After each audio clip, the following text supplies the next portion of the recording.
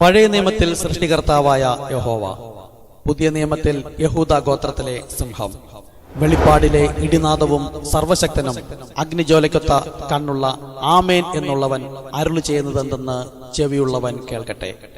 നിന്റെ ആദ്യ സ്നേഹം വിട്ടുകളഞ്ഞു എന്നൊരു കുറ്റം നിന്നെക്കുറിച്ച് പറവാനുണ്ട്.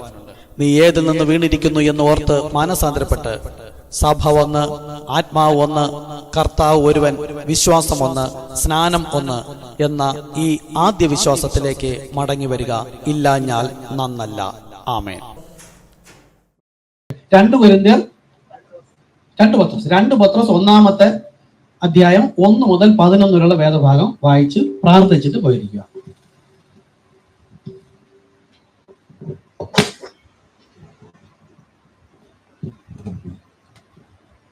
എന്നാൽ കള്ളപ്രവാചകന്മാരും ജനത്തിന്റെ ഇടയിൽ ഉണ്ടായിരുന്നു. അങ്ങനെ നിങ്ങളുടെ ഇടയിലും ദുരുപദേഷ്ടക്കാരന്മാർ ഉണ്ടാകും. അവർ നാശകരമായ മതഭേദങ്ങളെ നുഴച്ച് തങ്ങളെ വിലയ്ക്ക് വാങ്ങിയ 2 പത്രോസ് ആണ്. 2 പത്രോസ് 1-ാമത്തെ അധ്യായം 1 മുതൽ 11 വരെ. യേശുക്രിസ്തുവിന്റെ ദാസനും അപ്പോസ്തലനുമായ സീമോൻ പത്രോസ്, നമ്മുടെ ദൈവത്തിന്റെയും രക്ഷിതാവുമായ യേശുക്രിസ്തുവിന്റെയും നീതിയാൽ ഞങ്ങൾക്ക് ലഭിച്ചതും പോലെ അതേ വിലയേറിയ വിശ്വാസം ലഭിച്ചവർക്ക് എഴുതുന്നത്, ദൈവത്തിന്റെയും നമ്മുടെ കർത്താവായ യേശുക്രിസ്തുവിന്റെയും പരിജ്ഞാനത്തിൽ നിങ്ങൾക്ക് കൃപയും സമാധാനവും വർദ്ധിക്കുമാറാവട്ടെ.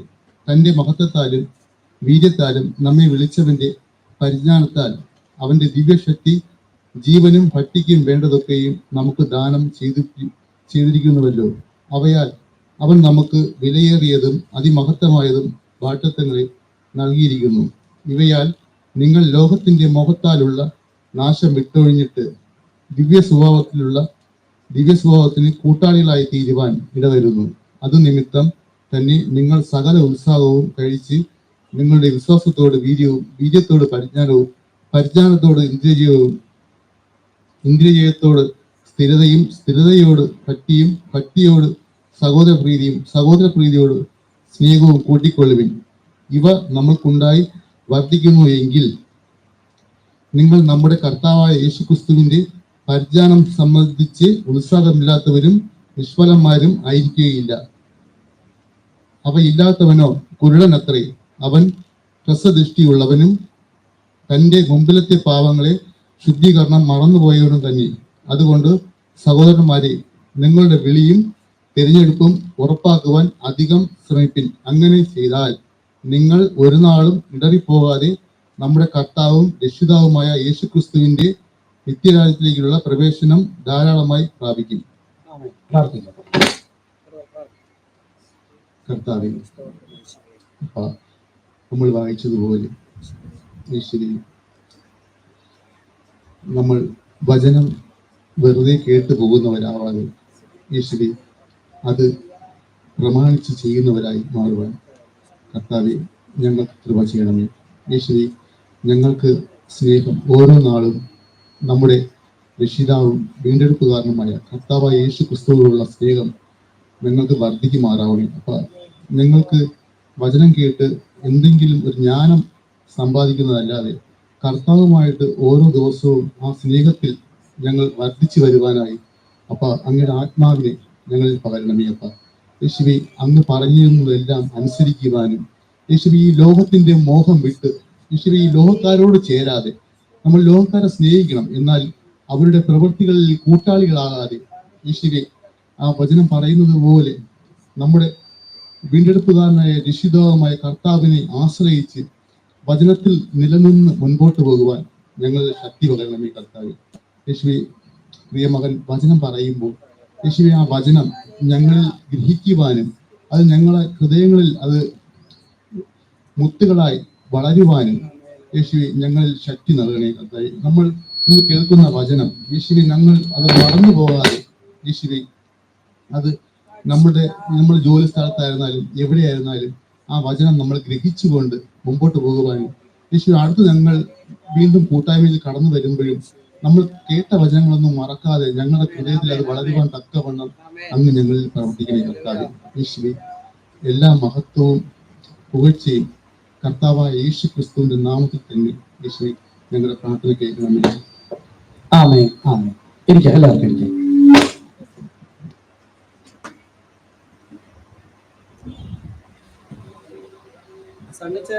സണ്ണിച്ചാൻ ഇപ്പൊ വിളിച്ചിരിക്കുന്ന നമ്പറിൽ ഞാൻ ലിങ്ക് അയച്ചിട്ടുണ്ട്. ഇപ്പൊ വിളിച്ചിരിക്കുന്ന നമ്പറിലുള്ള വാട്സപ്പിനകത്ത് ലിങ്ക് അയച്ചിട്ടുണ്ട്. ലിങ്ക് വഴി വേണമെങ്കിൽ യൂട്യൂബ് കാണാം, അതല്ലെങ്കിൽ ഇങ്ങനെ വെച്ചിരിക്കുക. കിട്ടിയില്ലെങ്കിൽ വിളിച്ചു കൊടുക്കുക. കട്ടായിട്ട് നോക്കിയിട്ട് കിട്ടിയില്ലെങ്കിൽ എന്നെ വിളിക്കുക.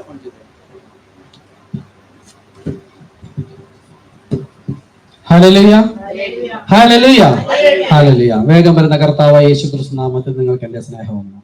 കഴിഞ്ഞ ആഴ്ച വന്ന ഫാമിലി ഇന്ന് വരാമെന്ന് പറഞ്ഞതാണ്. ഇന്നലെ എന്നെ വിളിച്ചിരുന്നു, എന്താണെന്ന് അറിയില്ല. അവർക്ക് ഒത്തിരി കാര്യം മനസ്സിലായി. ഇനിയും ചോദിക്കാനുണ്ട്, വരാമെന്ന് പറഞ്ഞിരുന്നതാണ്. ഓക്കെ, അപ്പൊ നമ്മളിവിടെ എടുത്തുകൊണ്ടിരിക്കുന്നത് ഒരു പരിപൂർണ മനുഷ്യന്റെ സമ്പൂർണ്ണ വളർച്ച. ഇപ്പൊ നമ്മൾ വായിച്ച വേദഭാഗത്താൽ വിശ്വാസം, വീര്യം, പരിജ്ഞാനം, ഇന്ദ്രിയം, ക്ഷമ, ഭക്തി, സഹോദരപ്രീതി, സ്നേഹം. ഈ വണ്ണം ഒരു ദൈവ പുരുഷൻ, അതായത് ദൈവ പുരുഷൻ എന്ന് പറഞ്ഞത് ആദ്യം മകനാവുമ്പോൾ പുരുഷനാവില്ല, മകനാണ് വളരേണ്ടത്. ഒരു ദൈവ പുരുഷൻ ഇതിൽ വളർച്ച പ്രാപിച്ചിരിക്കണം. അതൊരു മകൾ, കൊച്ചു കുട്ടികളെ വിവാഹം കഴിപ്പിക്കില്ല. ഒരു സ്ത്രീ ആകുമ്പോൾ വിവാഹം കഴിക്കും, പുരുഷനാകുമ്പോൾ വിവാഹം കഴിക്കും. ഒരു ദൈവ പുരുഷൻ അല്ലെങ്കിൽ ദൈവ മകൾ ഇത്രയും ക്വാളിറ്റിയിൽ നിറയുമ്പോഴാണ് മക്കൾ എന്ന ഘട്ടത്തിൽ നിന്ന് മണവാട്ടി എന്ന ഘട്ടത്തിലേക്ക് മാറുന്നത്. അപ്പോഴാണ് പരിശുദ്ധാത്മാവ് നിറഞ്ഞവരായി സ്നേഹം എന്ന കർത്താവുമായിട്ടുള്ള വിവാഹ ബന്ധത്തിൽ ഏർപ്പെടുന്നത്.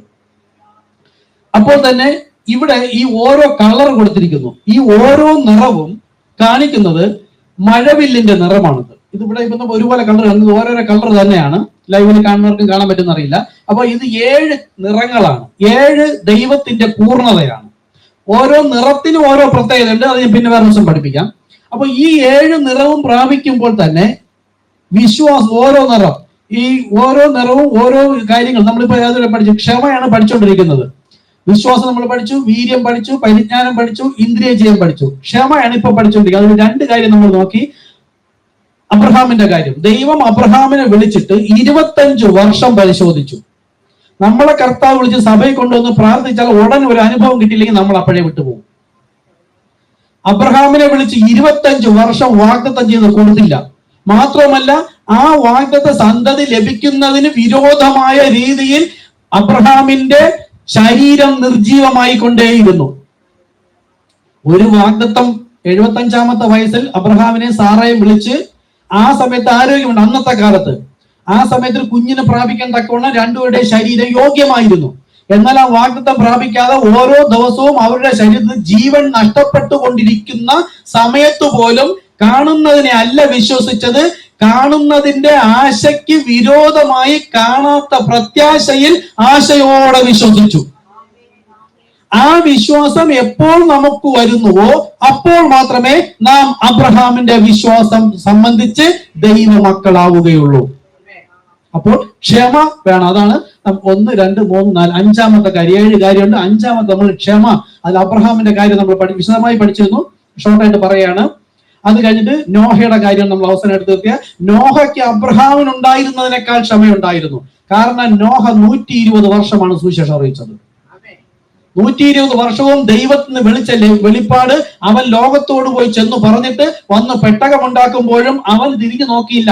ഇന്നലെയും കഴിഞ്ഞ ആഴ്ചയും പറഞ്ഞ സ്ഥലത്ത് ആരെങ്കിലും വരുന്നോ എന്ന് അവൻ തിരിഞ്ഞു നോക്കില്ല. കഴിഞ്ഞ ദിവസം അറിയിച്ചതിന്റെ ആ ഭാഗത്തൂടെ പോകുമ്പോൾ എന്നെ ഇപ്പൊ എല്ലാവരും തിരിച്ചറിയും. കാര്യം ഒത്തിരി കാര്യം പറയുന്നുണ്ട്. എല്ലാവരും തിരിച്ചറിയുമെന്ന് പറഞ്ഞു. എന്നെയാണ് ദൈവം ഉപയോഗിച്ചതെന്ന് പറഞ്ഞു ഒരു കൂട്ടം ജനം വരും, ഇപ്പൊ എന്നോട് ചോദിക്കും എന്നും അവൻ പ്രതീക്ഷിച്ചില്ല. അവനോട് ഒരു കാര്യം പറഞ്ഞു, go and praise the gospel. ദൈവം അറിയിച്ച കാര്യം ലോകത്തോട് പോയി അറിയിക്കാനേ പറഞ്ഞുള്ളൂ. അവരെ വിളിച്ചോണ്ട് വരാൻ പറഞ്ഞില്ല. അത് തന്നെയാണ് നമ്മോട് പറഞ്ഞത്. അവരോട് പോയി അറിയിക്കാനാണ് പറഞ്ഞത്. വരേണ്ട വ്യക്തിയെങ്കിൽ വരാൻ തക്കവണ്ണമുള്ള ഒരു ജീവൻ അവരുടെ ഉള്ളിൽ ദൈവം പണ്ടേ ഇട്ടിട്ടുണ്ടാവും. ഇത് കേൾക്കുമ്പോൾ ആര് വിശ്വസിക്കും ആര് വിശ്വസിക്കില്ല എന്നത് ദൈവത്തിന് അറിയാവുന്നത് കൊണ്ട് അറിയുന്നവന്റെ ഉള്ളിൽ വരുമെന്ന് പ്രതീക്ഷയുള്ളവന്റെ ഉള്ളിൽ ദൈവത്തിന്റെ വചനം വയ്ക്കും. ഈ കേൾക്കുമ്പോൾ ശരിയാണല്ലോ, അവന് പിന്നെ സഭയും പാസ്റ്ററും പുരോഹിതനും ബന്ധുക്കളും സ്വന്തക്കാരും വീട്ടുകാരും ഒന്നുമല്ല വലുത്, ജോലിയോ ഡിഗ്നിറ്റിയോ ഒന്നുമല്ല. അവന് വെളിപ്പാട്, വചനമല്ല, വചനം പണ്ടേ നമ്മുടെ കയ്യിലുണ്ടായിരുന്നു. കേട്ട വെളിപ്പാടിനോട് കൂടെ ചേർന്ന് നിൽക്കും. അപ്പോൾ മുതൽ ശത്രു നിന്റെ മുമ്പിലുള്ളതാൽ കൂടെയുള്ളവർ തന്നെ പരിഹസിച്ചു തുടങ്ങും. അപ്പോ ക്ഷമ 120 വർഷം പറഞ്ഞു. ഈ നിറം എന്തിന് കാണിക്കുന്നു വെച്ചാൽ മഴവില്ലിന്റെ നിറമാണ്. മഴവില്ല് എപ്പോഴാണ് ബൈബിളിൽ സൂചിപ്പിക്കുന്നത്? നോഹയുടെ കാലത്ത് ജലപ്രളയം വരുത്തി സകലതിനെ മുടിച്ചു കളഞ്ഞ ശേഷം ദൈവം പിന്നത്തെ ഒരു അടയാളം പറഞ്ഞു, ഇനി മഴ കാണുമ്പോൾ ആകാശത്ത് ഞാൻ മഴവില്ല് വിരിക്കും. അത് കാണിക്കുന്നത് ജലപ്രളയത്തിലൂടെ മുഴു ലോകത്തെയും ഇനി ഞാൻ നശിപ്പിക്കില്ല എന്നതിന് എന്റെ അടയാളവും വാഗ്ദത്തവുമാകുന്നു. അങ്ങനെയെങ്കിൽ അത് ഇവിടെ എങ്ങനെ കണക്ട് ചെയ്യുന്നു വെച്ചാൽ, അപ്പോസ്തലൻ 2 പത്രോസ് 1-ാമത്തെ അധ്യായത്തിൽ വായിച്ച ഈ വിശ്വാസവും വീര്യവും ഇതൊക്കെ ഓരോ വ്യക്തിയും, ഇത് നമ്മൾ വന്നത് ഇതൊന്നുമില്ലാതെയാണ് ദൈവസഭയിൽ കയറി വന്നത്. എന്തുണ്ടായിരുന്നു? കോപം, ക്രോധം, തൊന്നപക്ഷം, ഭിന്നത, അസൂയ, ജാതിസംഘ, പിണക്കം, വാശി, അഹങ്കാരം, അമ്മയപ്പന്മാരനുസരിക്കാത്തവരും, സ്വസ്നേഹികളും, വമ്പു പറയുന്നവരും, ഏഷണിക്കാരും, ആരെയും കൂസാത്തവരും, ദൈവത്തെ പോലും തിരിഞ്ഞ് സംസാരിക്കുന്നവരും ആയിട്ടാണ് ഇവിടെ വന്നത്. ഇവിടെ വരുന്നതിന് മുമ്പായിട്ട് സ്നാനക്കുളത്തിൽ കൊണ്ട് എല്ലാം കുഴിച്ചിട്ട് ഒഴിഞ്ഞ പാത്രവുമായി വരുന്ന ഒരു ദൈവവിശ്വാസിയെ, ആദ്യം ദൈവവിശ്വാസി എന്ന് പറയുള്ളൂ, പിന്നീട് അത് കഴിഞ്ഞ് ക്രിസ്തു വിശ്വാസിയാകും. അവൻ ക്രിസ്തുവിന് അനുരൂപമായി രൂപപ്പെടും. ക്രിസ്തു എന്ന തലയോളം ഉയരത്തിൽ വളരുവാൻ ഒരു വ്യക്തി ആദ്യം വിശ്വാസം, പിന്നെ വീര്യം, പരിജ്ഞാനം, ഇങ്ങനെ വളർത്തിക്കൊണ്ടുവന്ന സഹോദര പ്രീതി. ക്രിസ്തേശുവിൽ സ്നാനപ്പെട്ട നമ്മളാണ് ക്രിസ്തുവിൽ സഹോദരൻ, ശരീരത്തിന്റെ ഭാഗം. എന്റെ അമ്മ പ്രസവിച്ച എന്റെ സഹോദരങ്ങളെ കുറിച്ചല്ല ഇവിടെ ആത്മീയമായി പറയുന്നത്. അവരെ നമുക്ക് സ്നേഹിക്കാൻ ഒരു കുഴപ്പമൊന്നുമില്ല. ഇവർ തങ്ങളിൽ ഒരിക്കലും ഒരു പകയോ പിണക്കമോ ഒന്നും വെക്കരുത്. ആരോടെങ്കിലും പകയോ പിണക്കമോ വിദ്വേഷമോ എതിർ പ്രാർത്ഥനകളോ എന്തെങ്കിലും വെക്കുന്നൊരു വേശ്വരോ ഇതിനകത്തിരിക്കുന്ന എതിർ ക്രിസ്തുവാണ് അവര്. ഇതെല്ലാം കേൾക്കും, എല്ലാം അനുസരിക്കുന്നു പറയും. പക്ഷെ സ്വഭാവം വേറെ ആയിരിക്കും. അവർ എതിർ ക്രിസ്തുക്കളെ, അങ്ങനെ ഉള്ളവരെ വിട്ടു പോരുവരുന്നു ഇതിനകത്ത് പറയുന്നുണ്ട്. എന്ന് പറഞ്ഞാൽ സഭയിൽ നിന്ന് ഇറക്കി വിടാൻ പറ്റില്ല, എല്ലാ ടൈമും സഭയിൽ വേണം. യേശുവിന്റെ കൂടെ യുദ്ധ ഉണ്ടായിരുന്നില്ലേ? നമ്മൾ അവരെ തിരിച്ചറിയണം. അപ്പോൾ ഇത്രയും പ്രാപിക്കുന്ന ഒരു മനുഷ്യനെ ഈ നിറം എന്ത് കാണിക്കുന്നു? ഞാൻ അവനെ കൊല്ലുകയില്ല, ന്യായവിധിയിൽ അയക്കുകയില്ല, ഞാൻ അവനെ കരുതിക്കൊള്ളും. ആ കരുതിക്കൊള്ളുന്നതിന്റെ കളറാണ് ഇത്. മഴവില്ല് വരുമ്പോൾ ദൈവം കൊടുക്കുന്ന അടയാളമാണ്, ഈ ജനത്തെ മുഴുവൻ ഞാൻ വെള്ളത്താൽ നശിപ്പിക്കുകയില്ല. വെള്ളം വചനം കേട്ടിട്ടാണ് നമ്മൾ വിശ്വാസവും വീര്യവും പരിജ്ഞാനവും ഇന്ദ്രിയവും ഭക്തിയും സഹോദരപ്രീതിയും കൂട്ടിയതെങ്കിൽ ഈ വചനമാകുന്ന മണവാട്ടിയായി കഴിഞ്ഞോ.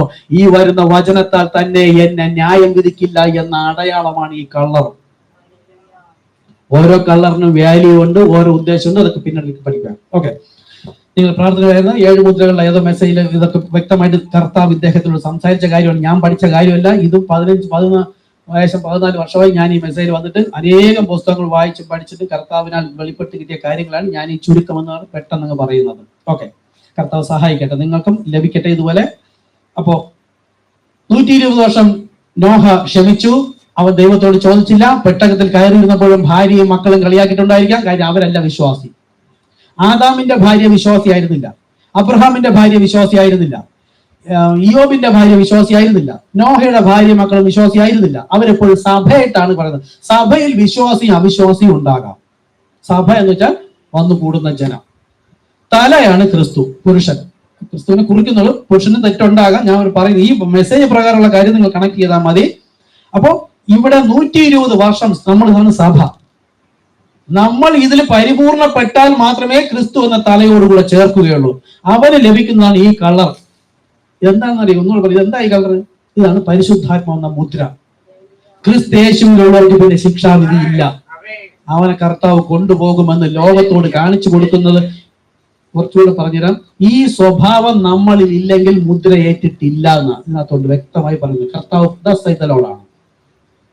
ഇത്രയും സ്വഭാവമില്ലാത്ത ഒരു വ്യക്തിയെ നമ്മൾ പഠിപ്പിച്ചാണ്. പുതിയ ആൾക്കാരോട് വിശ്വാസവും വീര്യമുണ്ട്. പരിജ്ഞാനം എന്ന് വെച്ചാൽ എന്താ? എപ്പോൾ എങ്ങനെ ആരോട് പെരുമാറണം, വചനത്തിന്റെ ആഴങ്ങൾ മർമ്മങ്ങൾ എന്താണ്, ഇതിൽ ഞാൻ ഇങ്ങനെ ജീവിച്ചത് കൊണ്ട് ദൈവത്തിന് മഹത്വം ഉണ്ടാകുമോ അതോ ഇല്ലയോ എന്നുള്ള ഒരുപാട് കാര്യം. ഇതെല്ലാം പരിജ്ഞാനം ലഭിച്ചില്ലെങ്കിൽ നേരെ വീര്യം പ്രാപിക്കാൻ വരണം. വീര്യത്തിൽ താഴെ വരണം. ഒരു സ്റ്റെപ്പ് താഴെ ഇറങ്ങി വന്ന് ലഭിച്ച വിശ്വാസത്തിൽ വചനത്തോടുള്ള വീര്യപ്രവൃത്തി ചെയ്ത്, വീര്യപ്രവൃത്തി അല്ല, ദൈവവചനത്തോട് ഞാൻ എന്നെ തന്നെ ജീവിക്കുന്നതിനുള്ള വീര്യം കാണിക്കണം.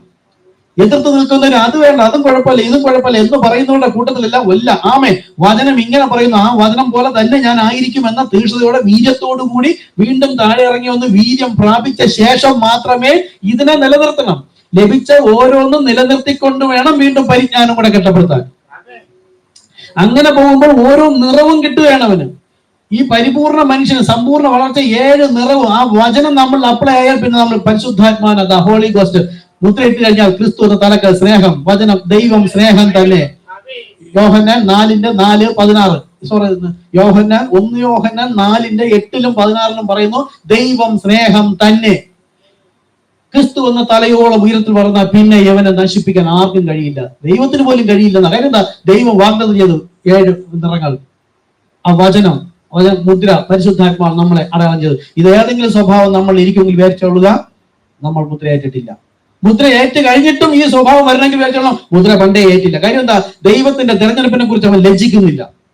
ഇനിയുള്ള കാലവും ഞാൻ വിശ്വാസത്തിൽ നിൽക്കുമെന്നത് നമുക്കറിയില്ല, കർത്താവിന് മുന്നമേ അറിയാമെന്നത് കൊണ്ട് അവരെ മാത്രമേ മുദ്രയാത്രയുള്ളൂ. വന്ന് വിശ്വസിച്ച് വളരെ ശക്തിയോടെ ഇതിന്റെ ഇടയ്ക്ക് വെച്ച് പോകുന്നെങ്കിൽ വിചാരിച്ചോളാം, ഇത്രത്തോളം ദൈവം ഉപയോഗിച്ച മനുഷ്യനാ, പരിശുദ്ധാത്മ മുദ്ര ഉണ്ടായിരുന്ന വ്യക്തിയാ. അങ്ങനെയൊന്നും വരില്ല. പരിശുദ്ധാത്മ മുദ്ര അന്നേ ഇല്ല. തന്റെ മനസ്സിലാണോ? തന്റെ തെരഞ്ഞെടുപ്പിനെ കുറിച്ച് ദൈവം ദുഃഖിക്കില്ല. മുദ്രയേറ്റാൽ വീണ്ടെടുപ്പിന് നാൾ വരെ മുദ്രയിട്ടിരിക്കുന്നു. ഓക്കെ, അടുത്തിന് നമ്മൾ മോശയുടെ കാര്യമാണ് നോക്കുന്നത്. അപ്പൊ നോഹയുടെ കാര്യം പറഞ്ഞു, അബ്രഹാമിന്റെ കാര്യം പറഞ്ഞു, അടുത്ത മോശയുടെ കാര്യം. മോശ ദൈവത്തോട് ക്ഷമയുള്ളവനായിരുന്നു. ഒരു കാര്യം കൂടെ അറിയുക, ഈ ഇതെല്ലാം വിശുദ്ധ, നിങ്ങൾക്ക് വഴിതെറ്റാനുള്ള ഒരു ചാൻസ് ഞാൻ ഇട്ട് തരുന്നതല്ല, അതും കൂടെ നമ്മൾ പഠിച്ചു പോകണമെന്ന് ദൈവം ആഗ്രഹിക്കുന്ന പ്രകാരം പറയാണ്. ദൈവം വിളിച്ചു ഈ വിശുദ്ധന്മാരെന്ന് പറഞ്ഞ് നമ്മളെ ഇപ്പൊ പഠിപ്പിക്കാൻ പറ്റുന്ന ഈ വ്യക്തി അതെല്ലാം തെറ്റിപ്പോയവര് തന്നെ. അതെന്തിനു പറഞ്ഞു എന്ന് വെച്ചാൽ, ഒരു പക്ഷെ നമ്മൾ തെറ്റിപ്പോയാൽ അതുവഴി ഓടി പോകരുത്. ആ യഹോവ എന്നുള്ള വിഷയത്തിൽ ഇന്നലെ ഇട്ടതിലുണ്ട്. ഒരു തെറ്റ് ചെയ്തെന്നും പറഞ്ഞിട്ട് ഞാൻ ഓടിപ്പോയി ആത്മഹത്യ ചെയ്യും, സഭയിൽ നിന്ന് പോവുകയല്ല, തിരിച്ചു മാനസാന്തരപ്പെട്ട് വന്നിട്ട് കർത്താവേ ഞാൻ തെറ്റിപ്പോയി, എന്നെ ഒന്ന് സഹായിക്കണം, ഇനിമേൽ ഞാൻ അങ്ങനെ ആകില്ല, കർത്താവിന്റെ ഇഷ്ടപ്രകാരം ജീവിച്ചു കൊള്ളാം, എന്ത് തന്നെ ഏത് തരത്തിലായിരുന്നാലും. പക്ഷെ ഇതൊരു പതിവാക്കി വെക്കരുത്. കത്തോലിക്കക്കാരൻ അടുത്ത ആഴ്ച വന്ന് കുർബാന പറഞ്ഞാൽ മതി, ഇന്നത് ഏറ്റു പറഞ്ഞാൽ മതി, നമുക്ക് ഇങ്ങനെ ജീവിക്കാം എന്ന രീതിയിലല്ല. ഇതൊരു ആഘോഷമായി വെക്കാതെ പൂർണ്ണമായി കർത്താവ് ഹൃദയത്തെ കാണും, പൂർണ്ണമായി ഇനി ഞാൻ അങ്ങനെ ആയിരിക്കില്ല, അങ്ങനെ ആകാൻ ആഗ്രഹിച്ചതല്ല, കർത്താവെ തെറ്റിപ്പോയതാണ് എന്ന് പറഞ്ഞാൽ മാനസാന്തരപ്പെട്ട് തിരിച്ചു വരാം. അപ്പൊ ഇപ്പൊ ഈ വിളിച്ച നോഹയായാലും ശരി, അബ്രഹാമായാലും ശരി, അബ്രഹാം 2 തവണയോ 3 തവണയോ കള്ളം പറഞ്ഞില്ലേ? തന്റെ ഭാര്യ അല്ലായിരുന്നു, അവളെ ഭാര്യ സഹോദരിയാണെന്ന് പറഞ്ഞു. ദൈവത്തിന്റെ മുമ്പ് കള്ളം പറയാൻ പറ്റുമോ? എല്ലാവരും എന്തിലെങ്കിലും ഏതിലെങ്കിലും വീണു പോയാലും തിരികെ മാനസാന്തരപ്പെട്ടു. സ്വർഗത്തിന്റെ അധികാരം ചാവി കൊടുത്ത പത്രോസിനെ ഊതി പരിശുദ്ധാത്മാ പ്രാപിക്കാന്ന് പറഞ്ഞിട്ട് യേശു വന്നപ്പോൾ മീൻ പിടിക്കാൻ പോയിരിക്കുന്നു. അവിടെ കാത്തിരിക്കാനാണ് പറഞ്ഞത്, പ്രാർത്ഥനയോടെ കാത്തിരിക്കാനാണ് പറഞ്ഞത്, അവൻ പോയിരിക്കുന്നു. അപ്പൊ എല്ലാവരും തെറ്റിപ്പോയി തിരികെ വന്നിട്ടും കർത്താവ് അവരെ സ്നേഹിച്ച സ്നേഹമാണ് നമ്മൾ പഠിക്കുന്നത്. നമ്മളും ഇടയ്ക്ക് തെറ്റിപ്പോയ കർത്താവെ സാഹചര്യം അങ്ങനെ ആയിപ്പോയി, പറ്റിപ്പോയി കർത്താവ്, വചനമെല്ലാം ഉണ്ടായിരുന്നു, ഹൃദയത്തിലുണ്ടായിരുന്നു, ഇനി തെറ്റ് പറയുകയോ പ്രവർത്തിക്കുകയോ ചെയ്യുമ്പോൾ എന്റെ ഹൃദയത്തിലെ കുത്തും നീറ്റിൽ ചിലപ്പോൾ ഉണ്ടാകാം. ഇതാണ് ജാരസന്ധതി അല്ലെന്ന് കാണിക്കുന്നത്. കർത്താവ് ഇതിന് വഴി നടത്തുകയാണ്, അത് തെറ്റാണ്, പാപമാണ് ഓർമ്മിപ്പിക്കുന്നത്. ചിലപ്പോൾ എന്നാലും തെറ്റിപ്പോയാൽ ഓടി വരും കർത്താവ്. ഇത് പതിവാക്കി വെക്കാനല്ല, ഞാൻ ഓർമ്മ തരുന്നത് അതുകൊണ്ട് ഇട്ടിട്ട് പോകാനല്ല. അങ്ങനെ വന്നവരെയും ദൈവം സ്നേഹിച്ചു. ആ സ്നേഹിക്കുന്ന നാളത്തെ മെസ്സേജിനകത്ത് നിങ്ങൾ കേട്ടു നോക്കുക. അതിനകത്ത് നീതി എന്നും ന്യായാധിപനെന്നും കൃപയെന്നും കരുണ എന്നൊക്കെ പറയുന്നത് എന്തൊക്കെയാണെന്നും നമുക്ക് മനസ്സിലാവണം. നാളെ എഴുതുന്ന മെസ്സേജിൽ വെറുതെ വാട്സപ്പ് സെറ്റ് ചെയ്യാൻ അറിയാമോ? മൊബൈലില് അറിയാമോ? ഒരു മൊബൈലിൽ വാട്സപ്പ് സെറ്റ് ചെയ്ത് കൊടുക്കാൻ അറിയാമോ ആർക്കെങ്കിലും? അതുകൊണ്ട് ആ ബ്രദറിന്റെ വാട്സപ്പ് ഉണ്ട്, അതിനകത്ത് മൊബൈൽ കൊണ്ടുവന്നിട്ടുണ്ട്, നെറ്റ് ഞാൻ തരാം. ഒരു വാട്സപ്പ് ഒന്ന് ക്രിയേറ്റ് ചെയ്ത് കൊടുക്കണം, മെസ്സേജിൽ ഇട്ട് കൊടുക്കാനാണ്, ആർക്കെങ്കിലും ചെയ്ത് കൊടുക്കണം. അറിയില്ല ബ്രദറിന്, അതുകൊണ്ട് ഇല്ലാന്ന് പറഞ്ഞു. ഞാൻ പോകുമ്പോൾ ചെയ്തു കൊടുക്കാന്ന് പറഞ്ഞിട്ട് വിട്ടുപോയാണ് സംസാരിച്ച് നമ്മൾ ഇനി പോകുന്നു. ഇതിന്റെയൊക്കെ ഞാൻ ലിങ്കുകൾ അയച്ചുതരാം. മുൻപ് സംസാരിച്ചിട്ടുണ്ട്, ഇത് പ്രവാചക മെസ്സേജ് ഉണ്ട്, അതാണ് ഇനി നാം കേൾക്കേണ്ടത്. തെറ്റായതും ശരിയായതും കൂടി കേൾക്കുമ്പോൾ ഏതെങ്കിലും ഒന്ന്. ശീതവാൻ മാത്രമാവുക, ശീതോഷ്ണമല്ല, ഏതെങ്കിലും ഒന്നാവുക, ശീതോഷ്ണവാൻ ആകരുത്. ഓക്കെ, അപ്പൊ മോശയും ദൈവത്തെ വിളിച്ചു. ഞാൻ ഇവിടെ പറഞ്ഞെന്താ, വടി നീട്ടാൻ പറഞ്ഞു, അവൻ അടിച്ചു. കൽപ്പലക, ദൈവത്തിന്റെ കൽപ്പലക കൊടുത്തു. അവൻ വന്നപ്പോ എന്ത് അരുത് എന്നുള്ള കൽപ്പന അവിടെ കർത്താവ് എഴുതിക്കൊണ്ടിരിക്കുന്നു. അതേ കൽപ്പന അവരറിയാതിരിക്കാൻ ഭൂമിയിൽ ലംഘിച്ചിരിക്കുന്നു. വിഗ്രഹത്തെ ഉണ്ടാക്കരുത്, എല്ലാം കൂടിയിട്ട് ഒരുക്കി കാളക്കുട്ടി ഉണ്ടായിക്കൊണ്ടിരിക്കുന്നു. അവിടെ ഉണ്ടാക്കരുതെന്നുള്ള കൽപ്പന എഴുതിക്കൊണ്ടിരിക്കുന്നു. ദൈവവുമായിട്ട് ബന്ധപ്പെട്ട് താഴെ കൊണ്ടുവന്നപ്പോൾ അത് എല്ലാം ഉണ്ടെങ്കിൽ പിന്നെ ഈ ജനത്തിന് എന്തോന്ന് ആവശ്യം? അത് മാനുഷികമായ വശം കാണിക്കുകയാണ്. നമ്മളിലും ഉണ്ട് അത്. അതുകൊണ്ട് ദൈവം അവനെ കളഞ്ഞോ? ഇല്ലല്ലോ. മറുമല വന്നത് മോശയല്ലേ വന്നത്? ആദ്യ ഗണത്തിൽ പോയവനാ. പക്ഷെ കനാൻ ദേശം വാഗ്ദത്തം ചെയ്ത് അത് കാണിച്ചു കൊടുത്തില്ല. എങ്കിലും ദൈവം, അതാണ് നാളെ മെസ്സേജ്, കരുണ, കൃപ. നമ്മുടെ കൃപാസിംഹാസനത്തിലാണ് വരുന്നത്, നീതിപീഠത്തിലല്ല പോകുന്നത്. യേശുക്രിസ്തു ന്യായാധിപതിയാണ്. ആ ന്യായാധിപതിയുടെ അടുക്കലല്ല പോകുന്നത്, കരുണയും കൃപയും ഉള്ളവന്റെ അടുക്കലേക്കാണ് പോകുന്നത്. പക്ഷെ പോകുന്നവന്റെ ഹൃദയത്തിൽ, നിങ്ങൾക്ക് മനസ്സിലാവേണ്ട കാര്യമാണ് നാളത്തെ മെസ്സേജിനകത്ത്, പോകുന്നവന്റെ ഹൃദയത്തിന്റെ കരുണയും താഴ്മയും എളിമയും എന്തെന്ന് കർത്താവ് നോക്കിയിട്ട് മാത്രമേ നൽകുള്ളൂ. ഞാൻ മണവാട്ടി, എന്നെ വിളിച്ചു വേർതിരിച്ചു, കുടുംബത്തിൽ എന്നെ പോലെ ആരെയും വിളിച്ചിട്ടില്ല എന്ന ഭാവത്തോടുകൂടെ അല്ല, അതിനും എനിക്ക് യോഗ്യതയില്ല കർത്താവേ എന്ന് പറഞ്ഞുകൊണ്ട് പോയാൽ മാത്രമേ ആ കൃപാസിംഹാസനത്തിൽ എത്താൻ പോലും കഴിയൂ. ഇല്ലെങ്കിൽ ഇവിടെ നിന്ന് എനിക്ക് പറയാം ഞാൻ കൃപാസിംഹാസനം കാണുന്നു, വെറുതെ പറയുന്നതാണ്. ഞാൻ ആ മെസ്സേജ് പലതവണ കേട്ട് 6 വർഷം മുമ്പ് സംസാരിച്ചതാണ്. പക്ഷെ ഇപ്പൊ ഒരു 3-4 ദിവസം കൊണ്ട് വീണ്ടും കേട്ടുകൊണ്ടിരിക്കുകയാണ്. യഹോവയിലെ 1-ാമത്തെ ഭാഗം ഇട്ടതുപോലെ കേൾക്കുകയാണ്. അതുകൊണ്ട് നാളത്തെ മെസ്സേജും മറ്റന്നാളത്തെ മെസ്സേജും 4-5 തവണ നിങ്ങൾ പ്രാർത്ഥിച്ചിട്ട് കേൾക്കുക. ഓക്കെ. അപ്പൊ മോശയും ദൈവത്തോട് കുർദിച്ചു തന്നെയാണ്. മോശയോട് കുർദിച്ചവരെല്ലാം വഴി തള്ളിയിട്ടു എന്ന് പറഞ്ഞു. മോശ ദൈവത്തോട് കുർദിച്ചു, പക്ഷെ മോശയെ സ്നേഹിച്ചു. എന്തുകൊണ്ട്? മോശ ഏറിയ ഭാവവും ദൈവത്തെ അനുസരിച്ചു. മറ്റുള്ളവരോ ഏറിയ ഭാവവും എങ്ങനെ തെറ്റിക്കാമെന്ന് നോക്കി. മോശയോട് പറയുന്നതിന് വിരുദ്ധമായി പറയുവാനും പ്രവർത്തിക്കാനും അവർ മോശയെ ദൈവം തെരഞ്ഞെടുത്ത ആ ലീഡറെ വിട്ടിട്ട് ജനം വേറെ ലീഡറെ തെരഞ്ഞെടുത്തു. അവന്റെ പിന്നാലെ പോയി. ദൈവത്താൽ അല്ലാതെ ഒരു അധികാരവും ഇല്ലെന്ന് പറഞ്ഞുകൊണ്ട് പോയി. എന്നിട്ടോ ഇത് ഞാൻ അന്നോട്ട് ഉദാഹരണങ്ങൾ പറഞ്ഞുതരാം.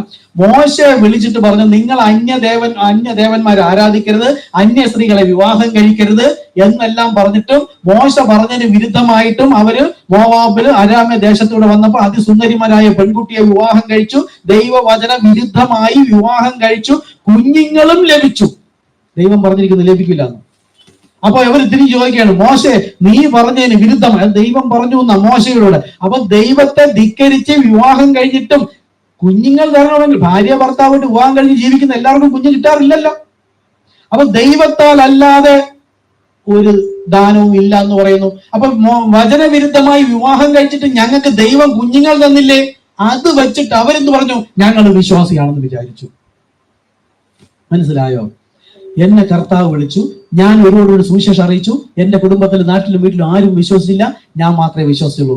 ഇനി എങ്ങനെയൊക്കെ ഞാൻ ജീവിച്ചാലും ഞാൻ മണവാട്ടി എന്നല്ല ചിന്തിക്കാൻ. എനിക്കും അടയാളം കിട്ടും, കുഞ്ഞ് കിട്ടും, അനുഗ്രഹം കിട്ടും, ഇല്ലാത്തതൊക്കെ കിട്ടും. ഇല്ലാത്തത് ഉള്ളതുപോലെ വിളിച്ചു വരുത്ത ഒരുപക്ഷെ നമ്മളിലും കഴിയും. ഇത് ദൈവത്തിന് ആത്മപ്രേരണ. ഇതെല്ലാം കത്തിക്കാൻ വെച്ചിരിക്കാൻ നമ്മൾ ഓർമ്മ വരണം.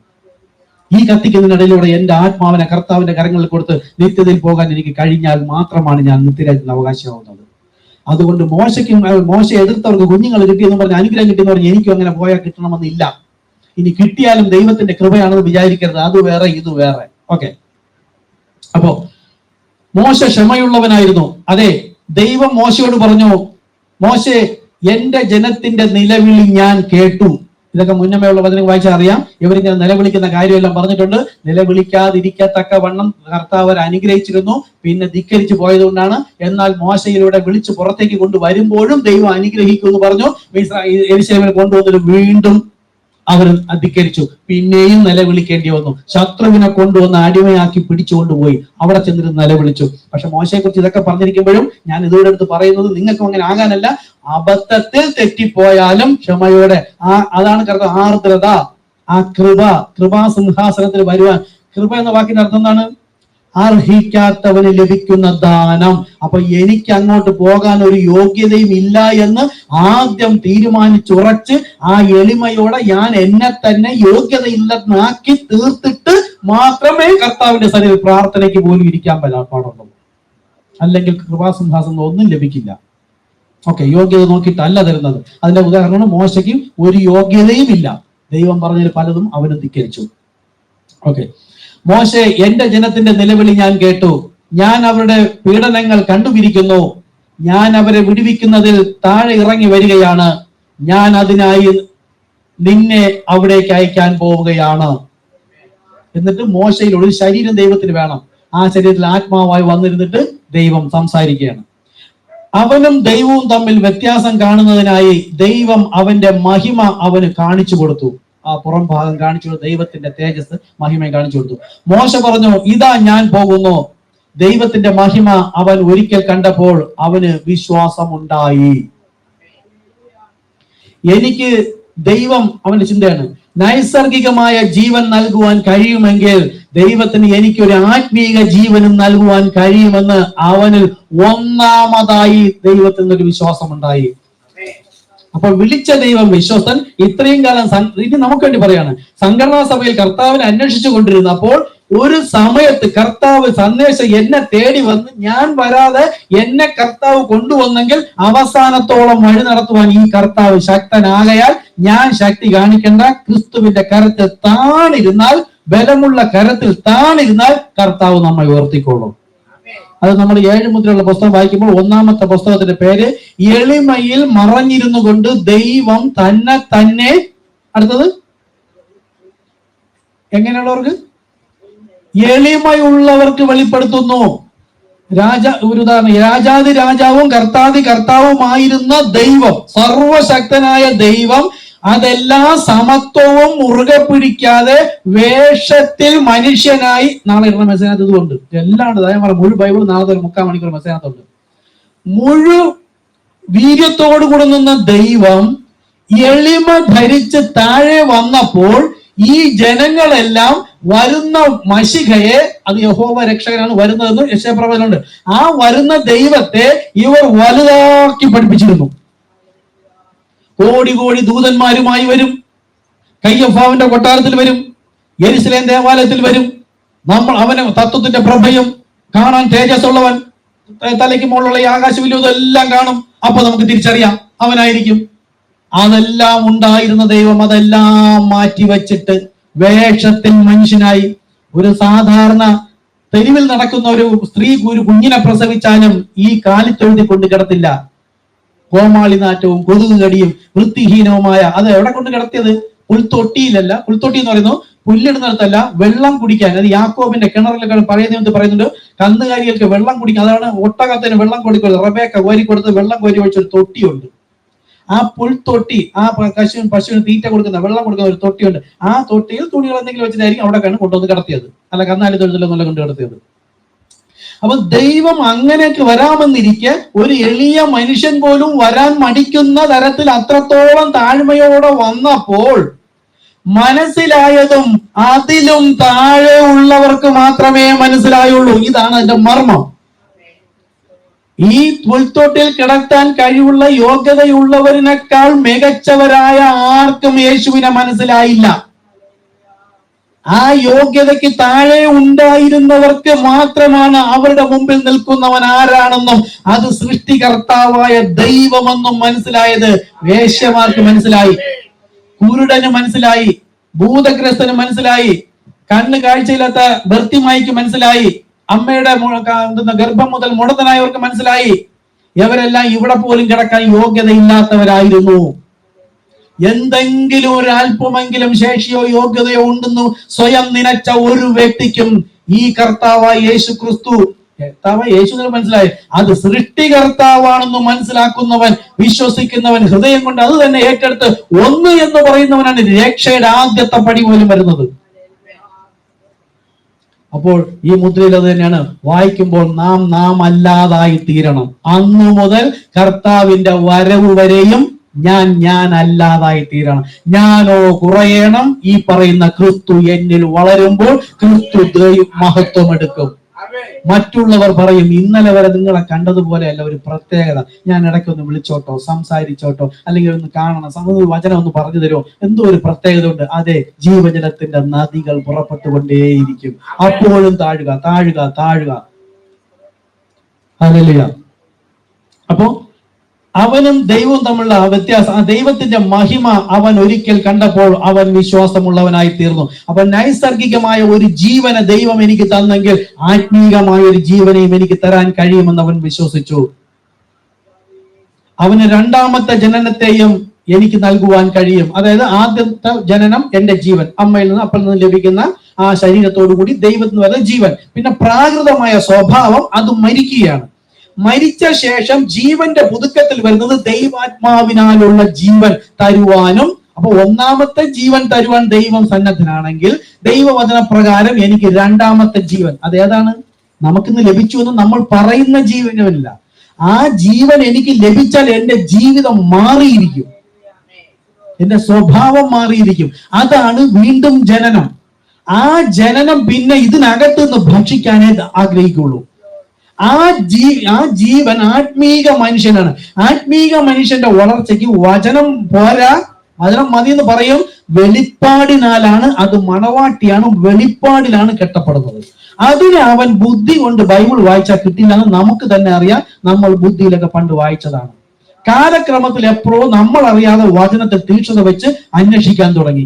ജാഗ്രതയോടെ അന്വേഷിച്ചപ്പോൾ നമുക്ക് കർത്താവിനെ കണ്ടെത്താൻ പറ്റി.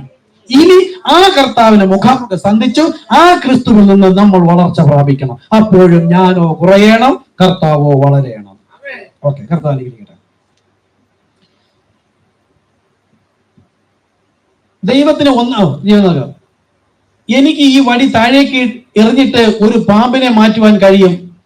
അതിന്റെ വാലിൽ പിടിച്ചെടുത്ത് എനിക്ക് വീണ്ടും അത് വടിയാക്കി തീർക്കുവാനും കഴിയും. എന്നാൽ മോശ നിലത്ത് നിന്ന് ആ പാമ്പിനെ പൊക്കിയെടുത്തു. ഇത് കുറച്ച് ഞാൻ വിട്ട് ബ്രാക്കറ്റ് ചെയ്ത് പറഞ്ഞു. അപ്പൊ ആ കാര്യം നമുക്കറിയാല്ല. മോശ ഒരു വടിയിട്ട് പാമ്പിനെ ഉണ്ടാക്കി. അപ്പോൾ എംബ്രോസ് ദൈവം വിളിച്ച ഒരു മനുഷ്യനും യോഗ്യതയൊന്നും ഇല്ലാത്തൊരു മനുഷ്യനും യോഗ്യത ഉള്ള എന്നു ആ വന്ന വലിയ സമൂഹം തെരഞ്ഞെടുത്ത രണ്ടുപേരും മോശ ചെയ്ത അതേ കാര്യം തന്നെ ചെയ്തു. ഞാൻ ചുരുക്കി പറയാം. അവസാനം എന്ത് ചെയ്തു? അവന്റെ പാമ്പിനെ ഈ പാമ്പ് തിന്നു. ഇനി അവൻ പുറത്തു വരണമെങ്കിൽ മോശ വിചാരിക്കണം. മോശ ചെയ്തതുപോലെ ഇതാണ് സംഘടനാ സഭ.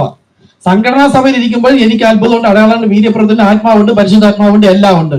പക്ഷെ ഇനി ആ സഭയ്ക്ക് ജീവൻ വേണമെങ്കിൽ ആ സഭയിൽ നിന്ന് നമ്മെ വിളിച്ച് പുറത്തേക്ക് കൊണ്ടുവന്ന് നമ്മൾ ജീവൻ പ്രാപിച്ചിട്ട് ഈ ജീവനുമായിട്ട് അങ്ങ് കൊണ്ടുപോകണം. അവർക്ക് ജീവൻ ഉണ്ടാവണമെങ്കിൽ. മനസ്സിലായോ ബ്രദർ? അവർക്കല്ല വെളിപ്പാട്. അവിടെ നിന്ന് ദൈവം വിളിച്ചു വേർതിരിച്ചാൽ നമുക്കാണ് ദൈവം വെളിപ്പാട് നൽകിയത്. ഈ വെളിപ്പാടിൽ നമ്മൾ അവരോട്, അതാണ് ശക്തി ലഭിച്ചു കഴിഞ്ഞാൽ യഹൂദിയയിൽ യെരുശലേം ആ സഭകളിൽ നമ്മൾ പോകണം. നമ്മൾ കൂടെ ഇരുന്ന വിശ്വാസികളുടെ അടുക്കിലേക്കും സഭാ പുരോഹിതന്മാരുടെ അടുക്കലും സത്യം പോയി പറയണം. കേട്ടാലും കേൾക്കാഞ്ഞാലും. യഹൂദി വെച്ചാൽ എന്റെ കുടുംബക്കാരോട് പറയണം. യെരുശലേമിൽ വെച്ചാൽ ഈ സഭാ വിശ്വാസികൾ പറയണം. പിന്നെ പാപികളുടെ പട്ടണത്തിൽ ശമരിയിൽ പറയണം. പിന്നെ ലോകത്തിന്റെ അറ്റത്തോളം പറയണം. ശക്തി ലഭിച്ചാൽ ചെയ്യുന്ന കാര്യമാണ്. നിങ്ങൾ പോണമെന്ന് ഞാൻ പറയുന്നില്ല. ശക്തി ലഭിച്ചാൽ ഞാൻ പോകരുത്, എന്റെ പുരോഹിതൻ പോകരുതെന്ന് പറഞ്ഞു എന്നെ കർത്താവ് ഓട്ടിച്ചോണ്ടിരുന്നു. ഞാൻ പോകരുതെന്ന് പറഞ്ഞാൽ നിങ്ങൾ പോയിക്കൊണ്ടിരിക്കും. കാര്യം നിങ്ങളല്ല പോകണം, നിങ്ങളുടെ അകത്ത് വന്ന ശക്തിയാണ് പോകുന്നത്. ആ ശക്തി പ്രാപിക്കണം. ഓക്കെ, അപ്പൊ പാമ്പിൻ്റെതാണ്. പിന്നെ ആ പാമ്പിന് ചലിക്കണമെങ്കിൽ മോശം വിചാരിക്കണം. ഓക്കെ, ദൈവം അതിന് അവന്റെ മാർവിടത്തിലേക്ക് കൈയിടാൻ പറഞ്ഞതും ഒക്കെ. ഫറവോൻ പറഞ്ഞു അനുസരിക്കുവോ? ഞാൻ ആരാണെന്ന് നിനക്കറിയാമോ? ഞാൻ ഫറവോനാണ്. നിന്നെപ്പോലെ ഒരു അടിമയെ ഞാൻ അനുസരിക്കണമെന്നാണോ പറയുന്നത്? എന്താ ഈ ഫറവോൻ അറിയാം, ഫറവോന്റെ മോൾ മുഖാന്തരം കൊണ്ടുവന്നാണ്, ഒരു അടിമയെ പോലെ കൊണ്ടുവന്നാണ്. ഞാൻ രാജാവാണ്. അവിടുത്തെ നീളത്തിനെ നോക്കുക. മോശ പറഞ്ഞു, നീ എന്നെ അനുസരിക്കൂ, അല്ലെങ്കിൽ നീ നശിച്ചു പോകും. ഇതിൽ ഏതാണ് അനാവശ്യം അത് നീ ചെയ്യുന്നു. ഓക്കെ, എന്തുകൊണ്ട് അവൻ അങ്ങനെ പറഞ്ഞു? അവൻ എന്താണ് സംസാരിക്കുന്നതെന്ന് അവന് വ്യക്തമായി അറിയാമായിരുന്നു. കാര്യം എന്താ? അങ്ങനെ നമ്മളിവിടെ വായിക്കാണ്, അവനിലൂടെ ദൈവം സംസാരിക്കുന്നത് എന്താണെന്ന് അവൻ അറിയാമായിരുന്നു. അങ്ങനെയാണ് എഴുതി വയ്ക്കുക. ഇങ്ങനെ നിങ്ങൾക്ക് കിട്ടണം. എഴുതി വെച്ചിരിക്കുന്നത് മോശ എന്താണ് പറയുന്നതെന്ന് മോശയ്ക്ക് അറിയാമായിരുന്നു എന്ന് എഴുതിയിരിക്കുന്നത്. ഇത് സാധാരണ നിങ്ങൾ കേട്ടു. നിങ്ങൾ ദൈവത്തിന്റെ ആടാണെങ്കിൽ നിങ്ങളുടെ ഹൃദയത്തിൽ വരേണ്ടത് മോശയിലൂടെ ദൈവം സംസാരിക്കുന്നത് എന്താണെന്ന് മോശ അറിഞ്ഞിട്ടാണ് രാജാവിനോട് പറയുന്നത്, നീ അനുസരിക്കുന്നതാണ് നല്ലതെന്ന്. ഇതുപോലെയാണ് നമ്മൾ സുവിശേഷം പറയാൻ പോകുന്നത്. ഒരാളോട് പറയുമ്പോൾ ഞാൻ പഠിച്ചിട്ട് പോകും, ഞാൻ നോട്ട് എഴുതി കൊണ്ടുപോകുന്നില്ല. അവിടെ നിൽക്കുമ്പോൾ ദൈവം സംസാരിക്കുന്നു പറഞ്ഞിട്ടുണ്ട്. അവന്റെ ഹൃദയം വൈബ്രേറ്റ് ചെയ്യുന്നതും തള്ളിക്കളയുന്നോ കൊള്ളുന്നോ എന്നെല്ലാം നമുക്ക് അപ്പോഴും അറിയാൻ പറ്റും. അപ്പൊ അവൻ ചിന്തിക്കേണ്ടതാണ്, ഇന്നലെ വരെ എന്നെ കണ്ടപ്പോ ഇദ്ദേഹം ഇങ്ങനെ അല്ലല്ലോ പറഞ്ഞത്, ഇന്ന് ഇങ്ങനെ സംസാരിക്കും. ദൈവം തന്നെയല്ലോ സംസാരിച്ചത്. അത് ഞാനിപ്പോ അങ്ങനെയാണ്. സഭയിൽ നിന്ന് ഈ പഠിക്കുന്ന റെക്കോർഡ് ചെയ്ത് ഞാൻ വീട്ടിൽ കൊണ്ട് പലതവണ കേൾക്കും. എന്തൊക്കെയാണ് കർത്താവ് കൂടെ പറഞ്ഞതെന്ന് എനിക്കും കൂടെ പഠിക്കാനാണ്. അപ്പൊ മോശ എന്തു പറഞ്ഞു, സമയം തീർന്നു. ഓക്കെ, മോശ എന്തു പറഞ്ഞു എന്ന് അവൻ അറിയാമായിരുന്നു എന്ന് എഴുതി വെച്ചിരിക്കുന്നു. ഇതാ ഞാൻ പറഞ്ഞ അമ്മയ്ക്ക് സുഖമല്ലേ? എന്താ സിസ്റ്റർ? ഓക്കെ, അപ്പം നമ്മളും അങ്ങനെ തന്നെ ആയിരിക്കണം. പത്രോസിലൂടെ സ്നാനം യേശുക്രിസ്തുവിന്റെ നാമത്തിൽ പറഞ്ഞിരിക്കുന്നു എന്ന് പറഞ്ഞിട്ടാണ് ഈ ലോക സഭകൾ ചെയ്യാത്തത്. അങ്ങനെയല്ല കാണാൻ. പത്രോസിനെ വിളിച്ചത് യേശുക്രിസ്തുവാണ്. ഈ യേശുക്രിസ്തു തന്നെ പോയി മടങ്ങി വരുമെന്നും അപ്പോസ്തലന്മാർ എനിക്കുള്ളതിൽ നിന്നെടുത്ത് നിങ്ങൾക്ക് അറിയിച്ചു തരുമെന്നും വരുവാനുള്ളത് അറിയിക്കുമെന്നും യേശുവിനോട് പറഞ്ഞത് ദൈവമെന്ന് യേശു തന്നെ പറഞ്ഞിരിക്കുന്നു. അപ്പോൾ അപ്പോസ്തലന്മാരെ കർത്താവ് വിളിച്ചാൽ ഈ അപ്പോസ്തലന്മാരിലൂടെ പറഞ്ഞിരിക്കുന്നത് ദൈവത്തോടാണ്, കർത്താവാണ് പറഞ്ഞിരിക്കുന്നതെന്ന് തിരിച്ചറിയാൻ കഴിഞ്ഞാൽ മാത്രമേ അവർ കർത്താവ് യേശുക്രിസ്തു സ്ഥാനപ്പെടുകയുള്ളൂ. പത്രോസ് അവരോട് നിങ്ങൾ മാനസാന്തരപ്പെട്ട യേശു ക്രിസ്തു നാമത്തിൽ. പത്രോസ് പറഞ്ഞത് നമുക്ക് കേട്ടോ, യേശു പറഞ്ഞത് മതി. അവർക്ക് ഈ വെളിപ്പാടില്ലാത്തത് കൊണ്ടാണ്. അതാ ഞാനിവിടെ പറഞ്ഞത്. മോശ സംസാരിക്കുന്നത് എന്തെന്ന് മോശയ്ക്ക് അറിയാമെന്നാണ് പറയുന്നത്. അങ്ങനെയല്ല. യഥാർത്ഥത്തിൽ നമുക്കകത്ത് കിട്ടേണ്ട വെളിപ്പാട്, മോശയിലൂടെ ദൈവം സംസാരിക്കുന്നത് എന്തെന്ന് മോശയ്ക്ക് അറിയാമായിരുന്നു. അവൻ ആരോടാണ് സംസാരിക്കുന്നത്? രാജാവിനോടാണ് എന്നറിഞ്ഞിട്ടും അവൻ യോഹന്നാൻ സ്നാപകൻ പറഞ്ഞതല്ല, രാജാവെ അങ്ങ് ചെയ്ത ശരിയല്ല, അന്യന്റെ ഭാര്യയെ വെച്ചുകൊണ്ടിരിക്കുന്നു, രാജാവിന് വിരുദ്ധമായി പറഞ്ഞാൽ തല വെട്ടും. പക്ഷെ യോഹന്നാൻ സ്നാപകനോട് പറഞ്ഞത് അവനല്ല, കർത്താവാണെന്ന് അവൻ അറിയാവുന്നത് കൊണ്ട് കർത്താവിന് സംസാരിക്കാൻ ഒരു ശരീരം ആ രാജാവിന്റെ മുമ്പിൽ കൊണ്ടുവച്ചു. അവൻ അത്രേ ചെയ്തുള്ളൂ. ആ ശരീരത്തിലൂടെ ദൈവം സംസാരിച്ചു. അതിനാണ് നമ്മുടെ ശരീരത്തെ ഇന്ന് നമ്മളോട് കൊണ്ടുവച്ചിരിക്കുന്നത്.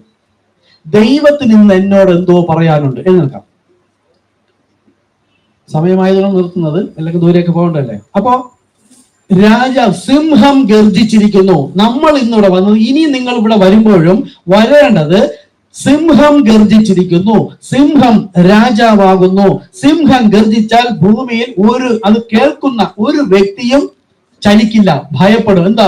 മരണഭയം. അപ്പൊ ദൈവത്തിന്റെ ശബ്ദം നമ്മൾ കേട്ടാൽ ആ ദൈവവചന പ്രകാരം ഞാൻ അല്ല എങ്കിൽ ഞാൻ എന്നെ മരിപ്പിക്കണം. മരിപ്പിച്ചിട്ട് ആ ജീവൻ പറയുന്നത് പോലെ ഞാൻ ജീവിക്കണം. എന്നാൽ മോശയിലൂടെ ആ കാലത്ത് ജനം പറഞ്ഞു, ദൈവം സംസാരിക്കുന്നത് ഇടിമുഴക്കം പോലെ കേൾക്കുന്നു, എനിക്ക് ഭയമാകുന്നു, ദൈവം സംസാരിക്കണ്ട, മോശയെ നീ സംസാരിച്ചാൽ മതി എന്ന് വെച്ചാൽ ദൈവശബ്ദം കേട്ടിട്ട് പാപസംബന്ധമായി മരിച്ച് നീതിക്ക് ജീവിക്കുവാൻ അവൻ ആഗ്രഹിക്കുന്നില്ല എന്നാണ് അതിന്റെ അർത്ഥം. ഈ സഭയിൽ വരുമ്പോൾ പാസ്റ്റർ അത്ര കഠിനമായിട്ടൊന്നും പറയണ്ട, വെറുതെ ഒന്ന് എടുത്തു പോ എന്ന് പറഞ്ഞാൽ നിങ്ങൾ പാപസംബന്ധം മരിച്ചിട്ട് ജീവന്റെ പുതുക്കം പ്രാപിക്കാൻ വരുന്നവരല്ല എന്ന് ദൈവം കണക്കിടും.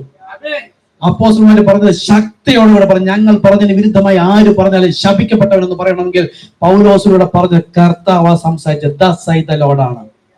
കണ്ണടയ്ക്കാം. നിങ്ങളാണ് പറയേണ്ടത്, പ്രാർത്ഥിക്കേണ്ടത്. കരുണയുള്ള കർത്താവേ, ഇന്ന് നാം ഇവിടെ വന്നിരിക്കുന്നത്, ഇന്ന് ആ ശരീരവുമായി യോഹന്നാൻ സ്നാപകൻ ദൈവത്തിന് എന്തോ പറയാനുണ്ടായിരുന്ന കാര്യം, ദൈവത്തിന് ആ രാജാവിനോട് പറയാൻ ഒരു ശരീരം വേണം. യോഹന്നാൻ സ്നാപകൻ ആ ശരീരവുമായി രാജാവിന്റെ മുമ്പിൽ നിന്നു. മോശയുടെ കാലത്തുള്ള ജനത്തോട് ദൈവത്തിന് എന്തോ പറയാനുണ്ടായിരുന്നു. മോശയുടെ ശരീരത്തെ ഫറവോന്റെ മുമ്പിൽ കൊണ്ടുവച്ചു. സൈലന്റ് ആയി നിന്നു. ദൈവം അവരിലൂടെ സംസാരിക്കുന്നത് എന്തെന്ന് അവർക്ക് തിരിച്ചറിയാൻ കഴിഞ്ഞു. മുമ്പിൽ നിൽക്കുന്നത് രാജാവാണ്. പക്ഷേ അവരുടെയും അധികാരിയായ രാജാതി രാജാവാണ് അവരോട് സംസാരിക്കുന്നതെന്നും, അങ്ങനെ സംസാരിക്കുമ്പോൾ രാജാവിന് കോപമുണ്ടായി കഴുത്ത് വെട്ടിക്കളഞ്ഞാലും ജീവിച്ചിരിക്കുന്ന കർത്താതി കർത്താവ് എന്നെ നിത്യതയിൽ ചേർത്ത് കൊള്ളുമെന്നും, ഈ ശരീരത്തിൽ നിന്നും അവൻ എന്നെ ഒന്ന് പുറത്താക്കുക മാത്രമാണ് ചെയ്യുന്നത്, അവൻ എന്നെ കൊല്ലുന്നില്ല. ആത്മീക മനുഷ്യനെ കൊല്ലാൻ ഒരു മനുഷ്യനും കഴിയുകയില്ല.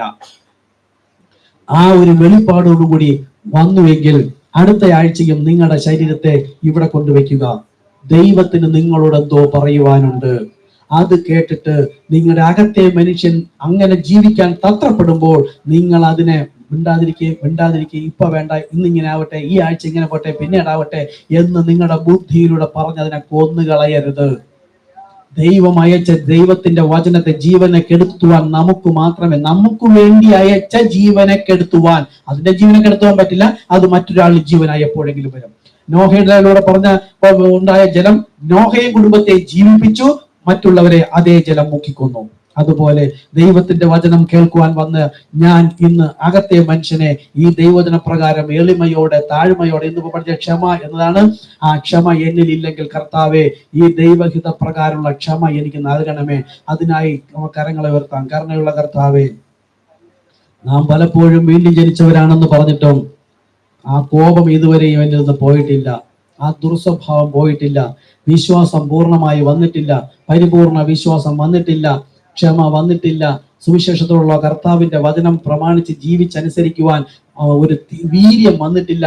അത് പിന്നീടാകട്ടെ, ഇപ്പോൾ നമുക്ക് അവിടെ പോയിട്ട് വരാം, ഇവിടെ പോയിട്ട് അത് കാണാം, ഇത് കാണാം, അങ്ങനെ ജീവിക്കാം, പിന്നീടാകട്ടെ എന്ന് പറയുന്നുവെങ്കിൽ ദൈവത്തിന്റെ വചനത്തിന് ഒന്നാം സ്ഥാനം കൊടുത്തുകൊണ്ട് ഔവണ്ണം ജീവിച്ച് ക്രിസ്തുവിന് മഹത്വം കൊടുക്കാനല്ല ഞാൻ ആഗ്രഹിക്കുന്നത്.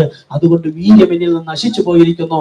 അതുപോലെ ദൈവത്തിന്റെ വചനം പറയുന്നതിന്റെ പരിജ്ഞാനം, അത് എപ്പോൾ എന്ത് എങ്ങനെ എന്നത് പരിജ്ഞാനം എന്നെ പരിശുദ്ധാത്മാവ് ഓർമ്മപ്പെടുത്തുമ്പോഴും കുഴപ്പമൊന്നുമില്ല, ഇപ്പൊ ഇങ്ങനെ ആകാം, പിന്നീടാകാം, അങ്ങനെ എന്ന് പറയുന്നുവെങ്കിൽ പരിജ്ഞാനവും ലഭിച്ചിട്ടില്ല. കാരണമുള്ള കർത്താവ് ഇതൊന്നും ലഭിച്ചിട്ടില്ലെങ്കിൽ അവിടെ എല്ലാം ഹോൾ കിടക്കും, അതുവഴി പിശാച് നുഴഞ്ഞു കയറും. കരുണയുള്ള കർത്താവേ, കൃപാസംഹാസനത്തിലേക്ക് വരുന്ന കർത്താവേ, ഒരു യോഗ്യതയുമില്ല കർത്താവെ അങ്ങയുടെ ആ നിത്യജീവൻ പ്രാപിക്കുന്നതിനായി. കരുണയുള്ള കർത്താവെ, നാം എങ്ങനെ ജീവിക്കണമെന്ന് നമുക്കറിയില്ല. അതിനായി ക്രിസ്തുവിന്റെ ഇഷ്ടപ്രകാരം നമ്മെ ജീവിപ്പാൻ നമ്മൾ ആ കരം ഉയർത്തിയിരിക്കുന്നു. ഈ കരം ഉയർത്തുന്നത് ഐ സറണ്ടർ ആൾ, ഞാൻ ഏതുമില്ല. ശത്രുവിന്റെ മുമ്പിൽ നിന്നതുപോലെ ഞാൻ നിസ്സഹായനാണ്, ആയുധധാരിയല്ല, സകലത് ഞാൻ നിലത്ത് വെച്ചിട്ട് കരം ഉയർത്തിയിരിക്കുന്നു. കർത്താവെ, ഞാനോ കുറയണം, അങ്ങോ വളരെയണം, അങ്ങനെ വളർത്തണമേ. ക്രിസ്തുവിയ ജീവിതം ജീവിപ്പിക്കാനായി ഒരു ആത്മാവ് എന്നിൽ തന്നുകൊണ്ട് ഞാൻ ഇത്രയും കേടപേക്ഷിക്കുന്നു. ഇതിനു മുമ്പ് പലപ്പോഴും അപേക്ഷിച്ച് ദൈവത്തിന്റെ ആത്മാവ് വന്ന് വീണ്ടും എന്നെ ശരിയായ രീതിയിൽ വഴി നടത്തുമ്പോൾ ഞാൻ വീണ്ടും ബുദ്ധിയിൽ അതിനെ തെറ്റിച്ചിട്ട് ലോകപ്രകാരം ജീവിച്ചുവെങ്കിൽ ക്ഷമ ചോദിച്ചുകൊണ്ട് ഞങ്ങൾ വീണ്ടും വരുന്ന കർത്താവെ, നമ്മോട് ക്ഷമിക്കണമേ. പല ആവർത്തിയായി കർത്താവെ ക്ഷമിക്കണമേ. 1 വർഷം കൂടെ നിൽക്കട്ടെ, ഫലം കായ്ക്കുമോ എന്ന് നോക്കാം, ഇല്ലെങ്കിൽ വെട്ടിക്കളയാമെന്ന് പറഞ്ഞ അമ്മ സ്നേഹിക്കുന്ന ആർദ്രതയേക്കാൾ അധികമായി സ്നേഹിക്കുന്ന കർത്താവേ, ആ കൃപാസിംഹാസനത്തിലേക്ക് ഞങ്ങൾ വരുന്ന കരുണയുള്ള കർത്താവേ, നീളത്തോടുകൂടിയല്ല, എളിമയോടെ താഴ്മയോടെ, മറ്റൊരുത്തനിലും രക്ഷയില്ല, മറ്റാരിൽ നിന്നും ആത്മീകമായി ഒന്നും പ്രാപിക്കാനില്ല. ഞാൻ വചനം വായിച്ചതുകൊണ്ടോ ധ്യാനിച്ചതുകൊണ്ടോ ജീവിക്കുമെന്ന് പറഞ്ഞുകൊണ്ടോ ഒന്നും ആകില്ല. എന്നെ പിരിഞ്ഞ് നിങ്ങൾക്ക് ഒന്നും ചെയ്യാൻ കഴിയില്ല. എന്നിൽ കായ്ക്കാത്ത കൊമ്പൊക്കെയും പിതാവ് വെട്ടി തീയിലിടുന്ന് പറഞ്ഞാൽ ഇന്ന് ക്രിസ്തു എന്ന ശരീരമാകുന്നു സഭ. ആ സഭയിൽ സ്നാനമേറ്റ് ദൈവസഭയുടെ ഭാഗമായി ആ ദൈവസഭയിൽ പരിശുദ്ധാത്മാവിനെ ആക്കിയിരിക്കുന്ന പ്രകാരം അത് ആ ശബ്ദം കേട്ട് ഹൃദയത്തിൽ വരുന്ന നാദപ്രകാരം ജീവിക്കുവാൻ നാം നമ്മെ തന്നെ സമർപ്പിക്കുന്നു. ഇതാകുന്നു ആരാധന, സമർപ്പണം. ഈ വചനം കേട്ട ശേഷം അവസാനത്തെ പ്രാർത്ഥനയാകുന്നു ആരാധന. ആദ്യം നാം ദൈവത്തെ സ്തുതിച്ചതാണ്, പാടി സ്തുതിച്ചത്. ഈ യാഗമാണ് നാം ദൈവത്തിന് അർപ്പിക്കുന്നത്. ഇനി എന്നിൽ ജീവിക്കുന്നത് ഞാനല്ല, ക്രിസ്തു അത്രേ. അങ്ങ് എന്നിൽ വളരണം കർത്താവേ എന്ന് പറഞ്ഞ് നാം നമ്മെ തന്നെ സമർപ്പിക്കുമ്പോൾ കരുണയുള്ള കർത്താവേ, കരം മാത്രമല്ല ഹൃദയം താഴ്ത്തിക്കൊണ്ട് കരമുയർത്തുന്നവരെ ഓരോരുത്തരെയും കർത്താവേ, അവരുടെ ഹൃദയത്തിന്റെ തേങ്ങലനുസരിച്ച് കർത്താവെ അവരെ സഹായിക്കണമേ എന്ന് പ്രാർത്ഥിക്കുന്നു. സഭയ്ക്ക് വേണ്ടി പ്രാർത്ഥിക്കുന്നു. ഓരോരുത്തരും മറ്റുള്ളവർക്ക് വേണ്ടി പ്രാർത്ഥിക്കുക, മറ്റുള്ളവരെ അനുഗ്രഹിച്ച് പ്രാർത്ഥിക്കുക. എനിക്കും എന്റെ കുടുംബത്തിനും സ്വന്തക്കാർക്കും വേണ്ടപ്പെട്ടത് മാത്രമല്ല, ഇത് കേൾക്കുന്നവർ, ദൂരദേശത്ത് കേൾക്കുന്നവരെയും ഭിന്നത്തിൽ കേൾക്കേണ്ടുന്നവരൊക്കെയും കർത്താവ് യേശുക്രിസ്തു നാമത്തിൽ അനുഗ്രഹിച്ച് പ്രാർത്ഥിക്കുക. കാരണം വചനം പറയുന്നു, നിങ്ങൾ അനുഗ്രഹം അനുഭവിക്കാൻ വിളിക്കപ്പെട്ടവരാകയാൽ മറ്റുള്ളവരെ അനുഗ്രഹിപ്പേൻ. അവരും ഈ ജീവന്റെ പുതുക്കത്തിൽ വരുവാനായി നമ്മുടെ പ്രാർത്ഥന അതൊരു ധൂപകലശമായി പിന്നത്തേതിൽ അവരുടെ തലയിൽ വീഴാതിരിക്കാൻ ഇന്ന് അവർ അനുഗ്രഹം പ്രാപിച്ച് ഹൃദയത്തിൽ അത് പരിശുദ്ധാത്മൂത്രയിടുവാൻ നമുക്ക് ഒരുമിച്ച് അവർക്ക് വേണ്ടിയിട്ടും പ്രാർത്ഥിക്കാം. അത് കേൾക്കാതെ പോയാൽ പിന്നത്തേതിൽ ഈ പ്രാർത്ഥന എന്ന വിശുദ്ധന്മാരുടെ പ്രാർത്ഥന എന്ന ധൂപകലശം തലയിൽ വീഴുന്നതിനെ കുറിച്ച് വെളിപ്പാട്ടിൽ പറയുന്നുണ്ട്. അവരുടെ അനുഗ്രഹത്തിനായി നമ്മൾ കാത്തിരുന്ന് വചനം പറയുകയും പ്രാർത്ഥിക്കുകയും ചെയ്തിട്ടും കേൾക്കാതിരിക്കുന്നവരുടെ മേൽ പിന്നെ അതിൽ ന്യായവിധിയായി വരും. അങ്ങനെ കണ്ടിട്ടല്ല, ഇപ്പോൾ അതിൽ അകപ്പെടാതിരിക്കാൻ നമുക്ക് ഉണർന്നിരുന്ന് പ്രാർത്ഥിക്കാം. അതുകൊണ്ട് നമുക്ക് താഴ്ത്തി കൊടുക്കാൻ കാരണമുള്ള കർത്താവേ, കൃപാസിംഹാസനത്തിലേക്ക് വരുന്നു. ഇതൊരു ആചാരമായിട്ടോ ഒരു വെറുതെ ഒരു രീതിയായിട്ടോ അല്ല, ജീവിക്കുന്ന ദൈവം സഭയുടെ നടുവിലൂടെ, സഭ എന്റെ ഹൃദയം, എന്റെ ഹൃദയത്തിൽ ഇരിക്കുന്ന കർത്താവ് സകലതും അറിയുന്നു. എന്റെ ഹൃദയത്തിന്റെ എളിമയും താഴ്മയും അറിയുന്നു. എനിക്ക് വചനത്തോടുള്ള തീക്ഷ്ണത അറിയുന്നു, അജാഗ്രത അറിയുന്നു. ഔവണ്ണം കർത്താവെ, ഒരു വ്യാജവും ഇല്ലാതെ എളിമയോട് നിഷ്കളങ്കതയോടുകൂടി കർത്താവായ ക്രിസ്തു എന്ന ഏക പുരുഷന് നിർമ്മല കന്യകയായിരിക്കാൻ പരിശുദ്ധാത്മാവെ നമ്മെ സഹായിക്കണം. ആത്മാവിനാൽ വളർത്തണമേ എന്ന് പ്രാർത്ഥിക്കുന്നു. സകലതും അങ്ങയുടെ നാമത്തിനായിരിക്കട്ടെ. ദൂരദേശത്തിരിക്കുന്നവരെയും വന്നവരെയും വരേണ്ടതുവരെയും പിന്നത്തിൽ കേൾക്കുന്നവരൊക്കെയും കർത്താവ് യേശുക്രിസ്തു നാമത്തിൽ അനുഗ്രഹിച്ച് പ്രാർത്ഥിക്കുന്നു. യേശുക്രിസ്തു നാമത്തിൽ വചനപ്രകാരം വളർത്തുന്നതിനായി നന്ദി. പ്രാർത്ഥനയിൽ യാചിച്ചതൊക്കെ ലഭിച്ചു എന്ന് വിശ്വസിപ്പിൻ, എങ്കിൽ അങ്ങനെ ഉണ്ടാകും. ആമേൻ, ആമേൻ.